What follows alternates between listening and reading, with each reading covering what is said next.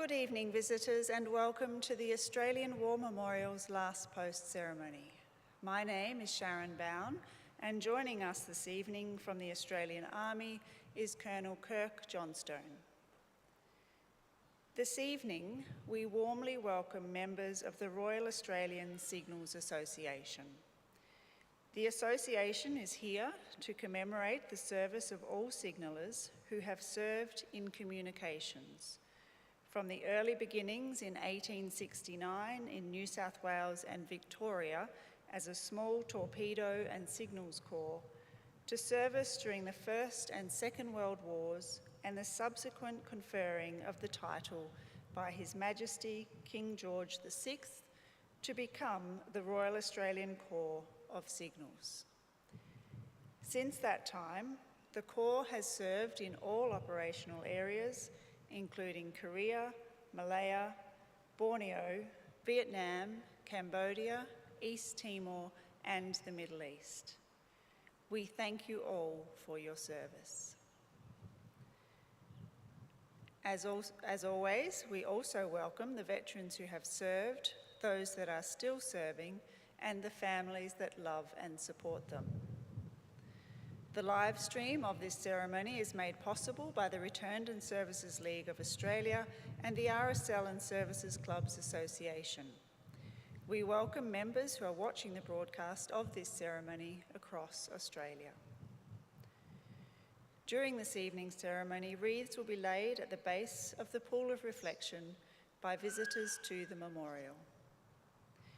If you are able, would you now please stand and join in singing the national anthem.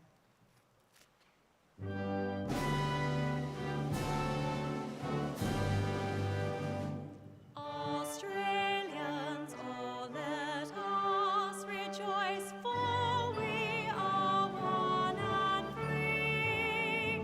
We've golden soil and wealth for toil. Our home is God by sea. Our land abounds in nature's gifts of beauty, rich and rare. In history's page, let every stage advance Australia fair. In joyful strains, then let us sing, advance Australia fair.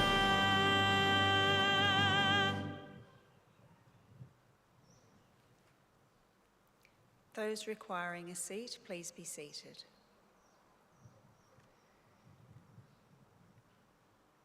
The Australian War Memorial was the vision of Charles Bean, Australia's First World War official historian. Bean landed with Australian troops on Gallipoli and stayed with them at the front through to the end of the war. The idea of this national memorial and museum came to him at Pozières, France, in the depths of the bloody fighting of 1916. Bean's idea was that this would be a place where families and friends could mourn loved ones buried in faraway places. It would also be a place that could help all Australians understand what these men and women had endured and what they had done for us.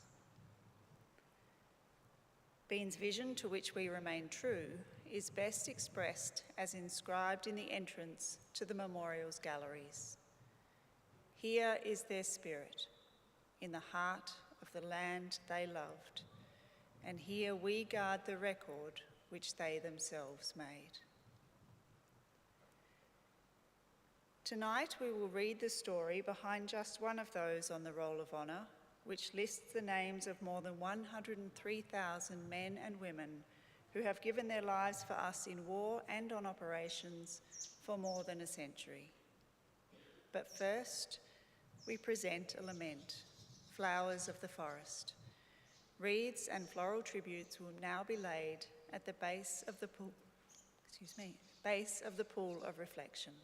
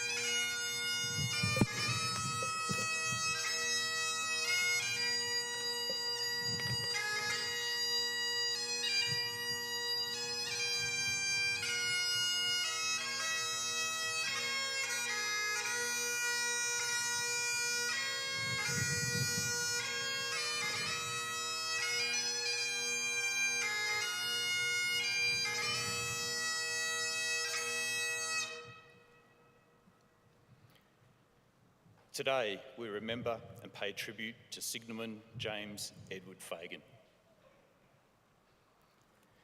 James Fagan was born in Melbourne, in the Melbourne suburb of Richmond on the 29th of October 1920, the son of Charles and Mary Elizabeth Fagan. Known as Jim, he grew up in Melbourne alongside his brother Peter and sister Kathleen, and went on to work as a motor transport driver. With the advent of the Second World War, labour controls were introduced to meet the manpower crisis and manage the needs of the armed services and industry. The first significant regulation to be introduced was to reserve occupations from military service. Occupations reserved were those seen as essential for the production of equipment and supplies for the war effort. A list of reserved occupations was published in 1940 to ensure maximum manpower for the war effort. However, the list was not mandatory and it was open to anyone to seek release from their reserved occupations. James Fagan was in such a reserved occupation, but was released to apply for service, enlisting in the 2nd Australian Imperial Force on the 4th of July 1941. Taken on strength at Royal Park, he joined the Infantry Training Brigade. Before long, he was posted to reinforcements for the 2nd 29th Battalion, and on the 17th of September, embarked from Sydney, bound for Singapore. During the voyage, the troop ship on which Private Fagan was travelling stopped at Fremantle. Fagan was found absent without leave during the stop, fined £3 as punishment, and it would be his only recorded breach of military discipline. Arriving in Singapore in early October, Fagan continued to Malaya, where the 2nd 29th Battalion was training. Rather than join the battalion as an infantryman, however, he was transferred to 8 Division Signals. One of the arms of the Australian Army, the Signals Corps was responsible for installing, maintaining and operating all types of telecommunications and information systems. During the Second World War, communications had to be maintained around the clock under all conditions, no matter how difficult the task, by dispatch rider on motorcycle, over telephone or wireless, or by any other means. It had initially been planned for the 8th Division to deploy to the Middle East, but as the possibility of war with Japan loomed, many of its units were instead sent to Malaya to undertake garrison duties, following a British request for more troops. This was intended as a temporary move before being transferred to the Middle East. As war broke out in the Pacific, however, Japanese forces based in the Vichy French-controlled Indochina overran Thailand and invaded Malaya. With the rapid Japanese advance seeming almost unstoppable, elements of the 8th Division went into action south of Kuala Lumpur at Jamas Mua in mid-January. Singapore had been identified as the keystone of the British Empire's defence planning in Asia. The Singapore strategy dictated that if a threat developed in Asia, a fleet could be sent from Britain to the new naval base in Singapore within 3 months. British propagandists proclaimed Singapore as an impregnable fortress, but with Britain's arms and equipment committed to Europe for the war against Nazi Germany and fascist Italy, the defenders of Malaya were forced to make do. The Australians had some success, but the Japanese forces were mobile, had air support, and aggressively pushed through ill-prepared defenders, causing panic and confusion and a series of Allied withdrawals. The last British Empire troops were evacuated across the causeway from Malaya to Singapore Island on the 31st of January. The battle for Singapore began on the night of the 8th of February. Despite fierce fighting, by the 13th of February, the battle for Singapore was all but over. British forces surrendered 2 days later, and with that, 130,000 British troops, including 15,000 members of the 8th Division, among them Signalman James Fagan, became prisoners of war. Most of the Australians captured in Singapore were moved into Changi, where they occupied Selarang Barracks. For many, this was just a transit stop, as working parties were soon dispatched to other camps in Singapore and Malaya. From October 1942 to October 1943, about 13,000 Australian prisoners of war were used as forced labour to build a railway linking Thailand and Burma. The railway has since become a byword for courage and resilience in the face of extreme hardship and cruelty. About 2,800 Australians died building it. Relentless labour on inadequate rations in a deadly tropical environment caused huge losses. By the time the railway was completed in October 1943, at least 2,815 Australians, over 11,000 other Allied prisoners, and perhaps 75,000 civilian forced labourers were dead. Among their number was Signalman James Edward Fagan, reported to have died of beriberi, a chronic vitamin deficiency caused by malnutrition, on the 14th of October 1943. He was 22 years old. Today his remains lie in the Tanbai Yuzay War Cemetery, underneath the inscription chosen by his grieving family.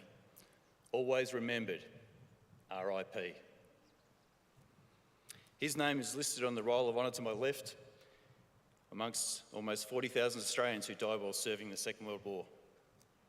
His photograph is displayed today by the Pool of Reflection. This is just but one of many stories of service and sacrifice told here at the Australian War Memorial. We now remember Signalman James Edward Fagan, who gave his life for us, for our freedoms, and in the hope of a better world.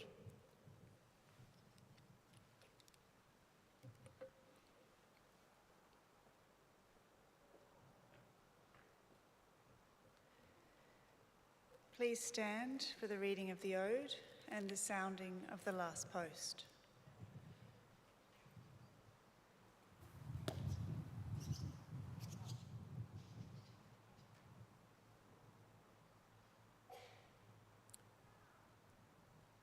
They shall not grow old, as we who are left grow old. Age shall not weary them, nor the years condemn. At the going down of the sun, and in the morning, we will remember them.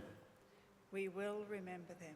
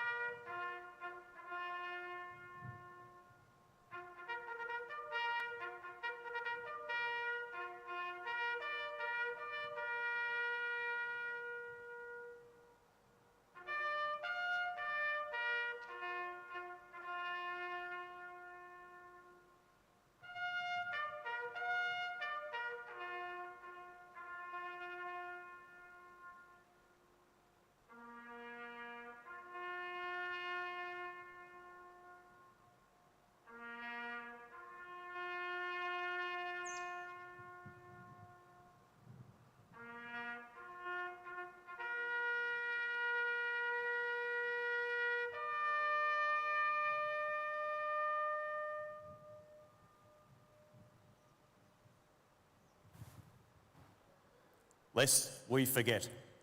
Lest we forget.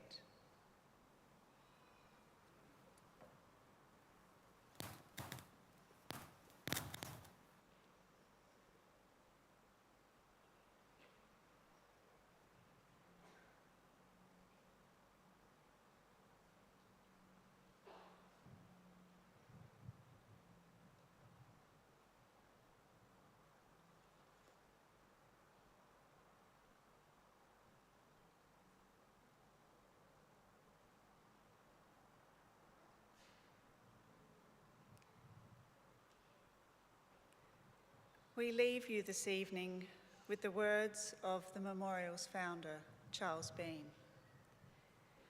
Many a man lying out there at Poziere or in the low scrub at Gallipoli, with his poor, tired senses barely working through the fever of his brain, has thought in his last moments, well, it's over.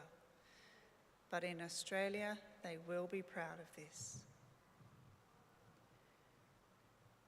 Ladies and gentlemen, girls and boys, that concludes the last post ceremony. On behalf of the Director, staff and volunteers, thank you for visiting the Australian War Memorial today and for your continued support during the memorial's development project. We wish you all a very pleasant evening. Thank you.